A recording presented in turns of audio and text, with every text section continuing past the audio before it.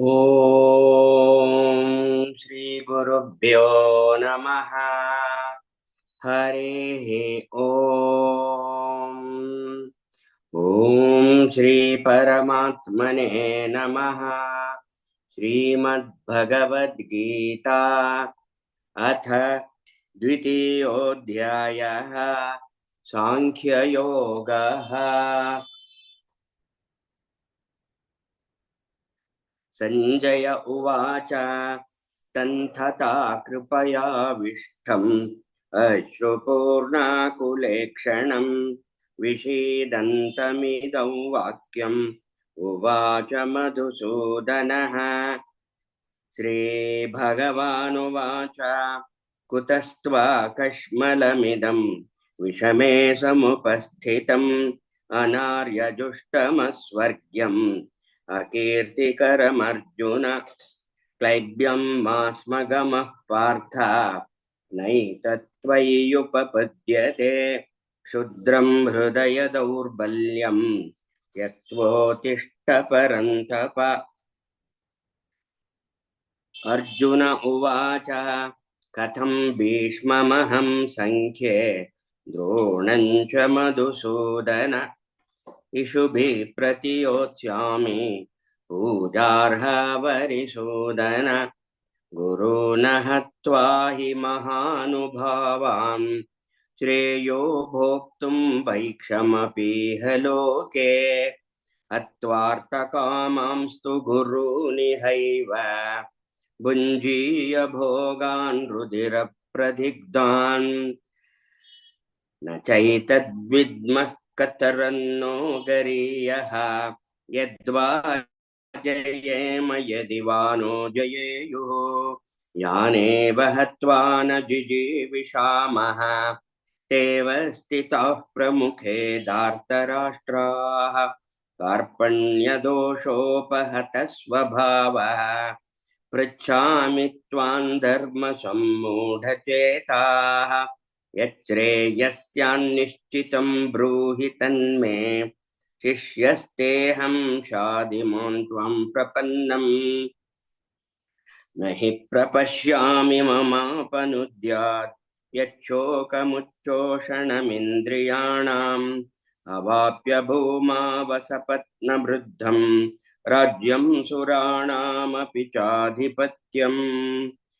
संजय उवाच एवमुक्त्वा ऋषिकेशं गुडाकेशः परन्तप न योत्स्य इति गोविन्दम् उक्त्वा तूष्णीं बभूवः।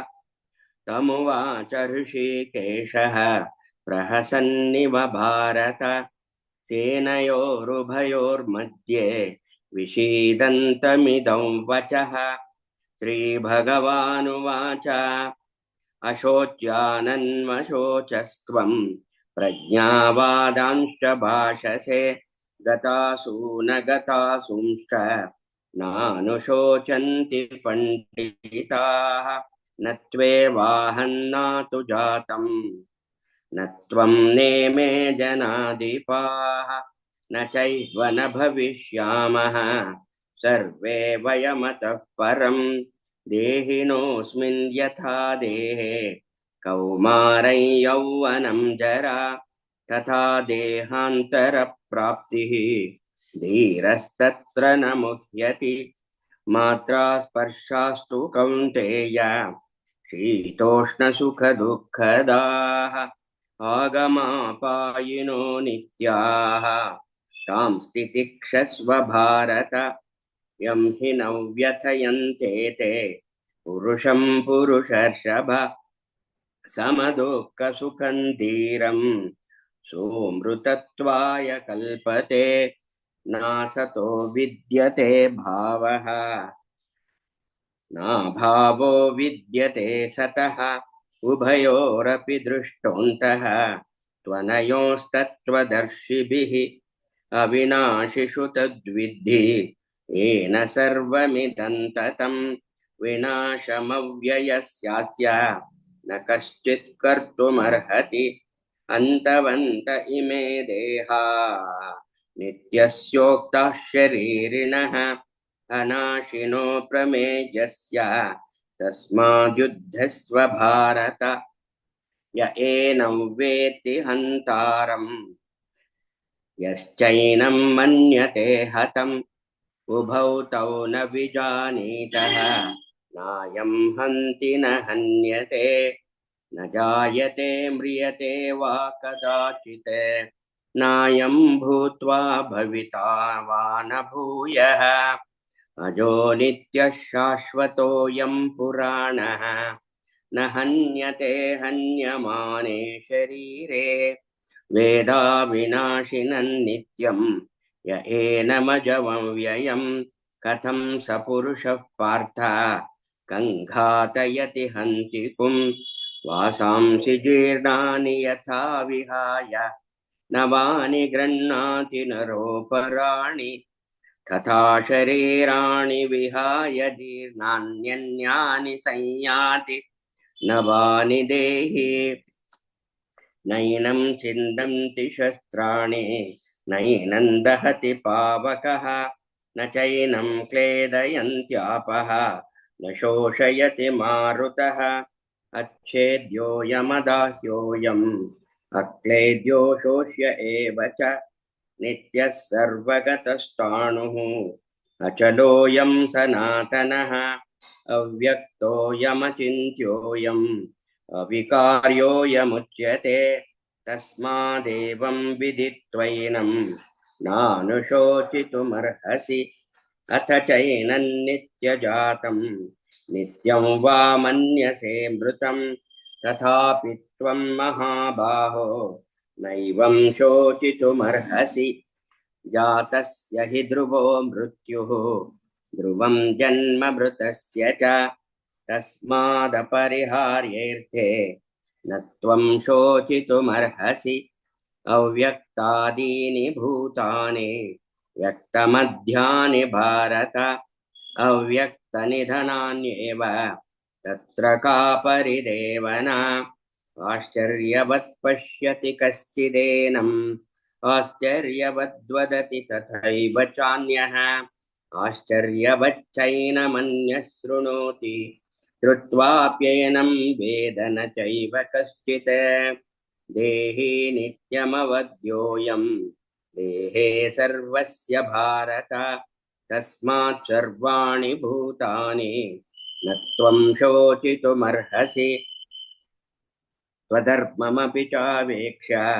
न विकम्पितुमर्हसि धर्म्याधियुद्धात् श्रेयोऽन्यत् क्षत्रियस्य न विद्यते यदृच्छया चोपपन्नं स्वर्गद्वारमपावृतं सुखिनः क्षत्रियाः पार्थ लभन्ते युद्धमीदृशम् अथ चेत्त्वमिमं धर्म्यं सङ्ग्रामं न करिष्यसि ततः स्वधर्मं कीर्तिं च हित्वा पापमवाप्स्यसि अकीर्तिं चापि भूतानि कथयिष्यन्ति ते व्ययां सम्भावितस्य च कीर्ति मरणादतिरिच्यते भयाद्रणादुपरतं मन्स्यन्ते त्वां महारथाः येषां च त्वं बहुमतः भूत्वा यास्यसि लाघवम् अवाच्यवादां च बहून्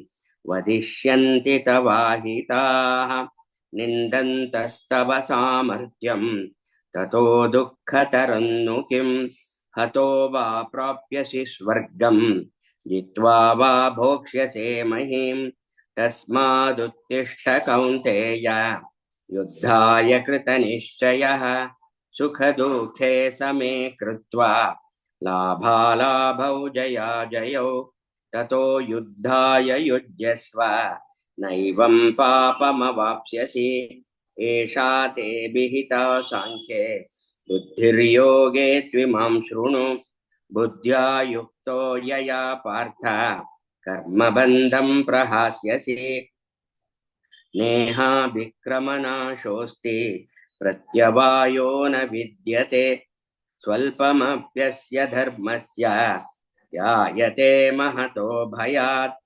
व्यवसायात्मिका बुद्धिः एकेह कुरु नन्दन बहुशाकाह्यनन्ताश्च बुद्धयो व्यवसायिनां यामिमां पुष्टितां वाचं प्रवदन्त्यविपश्चितः वेदवादरताः पार्थ नान्यदस्तीति वादिनः कामात्मानस्वर्गपराः जन्म कर्म फलप्रदां क्रियाविशेषबहुलां भोगैश्वर्यगतिं प्रति भोगैश्वर्यप्रसक्तानां हयापहृतचेतसां व्यवसायात्मिका बुद्धिः समाधौ न विधीयते त्रैगुण्यविषया वेदाः निस्तैर्गुण्यो भवार्जुन निर्द्वन्द्वो नित्यसत्त्वस्थः निर्योगक्षेम आत्मवान् यावानर्थ उदपाने सर्वतः सम्प्लुतोदके तावान् सर्वेषु वेदेषु ब्राह्मणस्य विजानतः कर्मण्येवाधिकारस्ते मा फलेषु कदाचन मा कर्मफलहेतुर्भूः मा ते सङ्गोऽस्त्वकर्मणि योगस्थः कुरु कर्माणि सङ्गं त्यक्त्वा धनञ्जय सिद्ध्यसिद्ध्यो समो भूत्वा समत्वं योग उच्यते दूरेण ह्यवरं कर्म बुद्धियोगात् धनञ्जय बुद्धौ शरणमन्विच्छ कृपणाः फलहेतवः बुद्धियोक्तो जहातीह उभे सुकृतदुष्कृते तस्माद्योगाय युज्यस्व योगः कर्मसु कौशलं कर्मजं बुद्धियुक्ता हि फलं त्यक्त्वा मनीषिणः जन्मबन्धविनिर्मुक्ताः पदं गच्छन्त्यनामयम् यदा ते मोहकलिलं बुद्धिर्व्यतितरिष्यति तदा गन्तासि निर्भेदं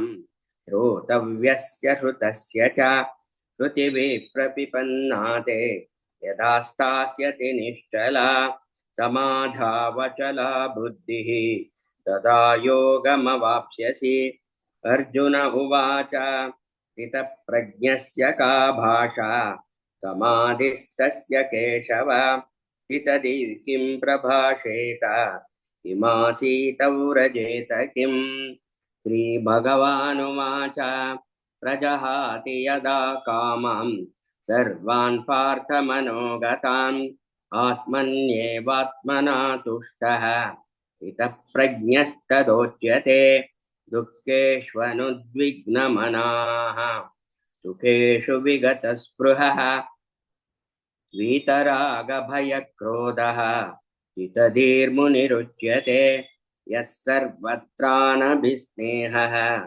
तत्तत्प्राप्य शुभाशुभं नाभिनन्दति न द्वेष्टि तस्य प्रज्ञा प्रतिष्ठिता यदा संहरते चायं कूर्मोऽङ्गानीव सर्वशः इन्द्रियाणीन्द्रियार्थेभ्यः तस्य प्रज्ञा प्रतिष्ठिता विषया विनिवर्तन्ते निराहारस्य देहिनः रसवर्जं रसोऽप्यस्य परं दृष्ट्वा निवर्तते यततो ह्यपि कौन्तेय पुरुषस्य विपश्चितः इन्द्रियाणि प्रमाथीनि हरन्ति प्रसभं मनः तानि सर्वाणि संयम्य युक्त आसीत मत्परः वशे हि यस्येन्द्रियाणि तस्य प्रज्ञा प्रतिष्ठिता ध्यायतो विषयान् पुंसः सङ्गस्तेषूपजायते सङ्गात् सञ्जायते कामः कामात् क्रोधोऽभिजायते क्रोधात् भवति सम्मोहः सम्मोहात् स्मृतिविभ्रमः स्मृतिभ्रंशात् बुद्धिनाशः बुद्धिनाशात् प्रणश्यति रागद्वेषवियुक्तैस्तु विषयानिन्द्रियैश्चरन् आत्मवैश्चैर्विधेयात्मा प्रसादमधिगच्छति प्रसादे सर्वदुःखानां हानिरस्योपजायते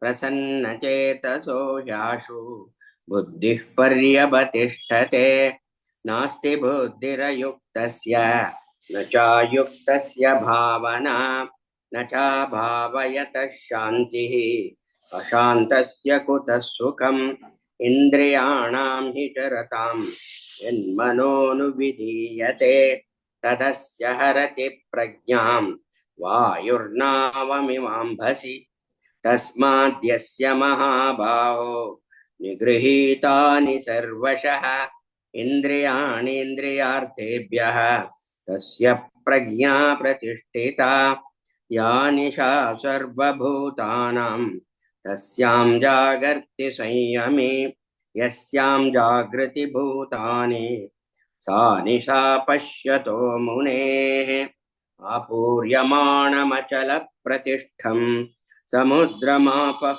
प्रविशन्ति यद्वत् तद्वत् कामायं प्रविशन्ति सर्वे स शान्तिमाप्नोति न कामकामी विहाय कामान् यः सर्वान् पुमांश्चरति निःस्पृहः निर्ममो निरहङ्कारः स शान्तिमधिगच्छति एषा ब्राह्मी स्थितिः पार्थ नैनां प्राप्य विमुह्यते स्थित्वा स्यामन्तकालेऽपि ब्रह्मनिर्वाणमृच्छते ॐ तत्सदिति श्रीमद्भगवद्गीतासु उपनिषत्सु ब्रह्मविद्यायां योगशास्त्रे श्रीकृष्णार्जुनसंवादे साङ्ख्ययोगो नाम द्वितीयोऽध्यायः सर्वधर्मान् परित्यज्य मामेकं शरणं व्रज अहं त्वा सर्वपापेभ्यः मोक्षयिष्यामि मा शुचः।